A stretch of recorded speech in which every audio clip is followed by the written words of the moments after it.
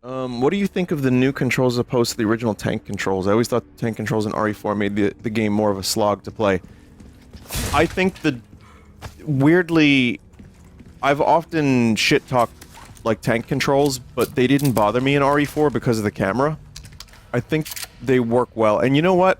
Even though I've bitched about tank controls, even in pre-rendered settings, they're fine.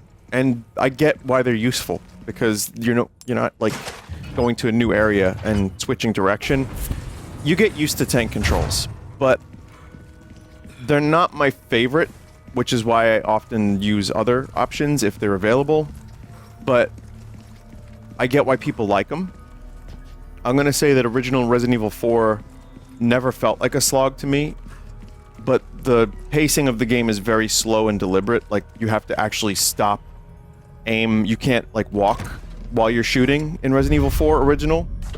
And this, you kinda can, a little bit. But, yeah, having, like, full analog control of the camera and of Leon is pretty great. Even though the pacing of this game and the feel of it is pretty similar to the original Resident Evil 4, and a little bit more action-oriented than Resident Evil 2, I think it works really well.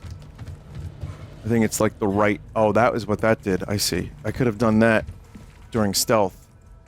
Oh, there are a number of options here, chat. I could have, like, snuck around, gone up there, and I could have, like, dropped a chandelier on them. If only I had... Oh, man, I'm so good at stealth segments in video games, chat. Anyway, I see what you're saying, chat member. I'd never had a problem with the controls in original Resident Evil 4. I think it worked fine for the type of game they were going for. And I still like going back to it. And even though this game exists, I know I'll still be going back to the original at some point in my life. Whether it be for a randomizer or whatever. Someone said, how? Once you play this, it'll be impossible to go back. I mean, I still go back and play Zelda 2 once in a while.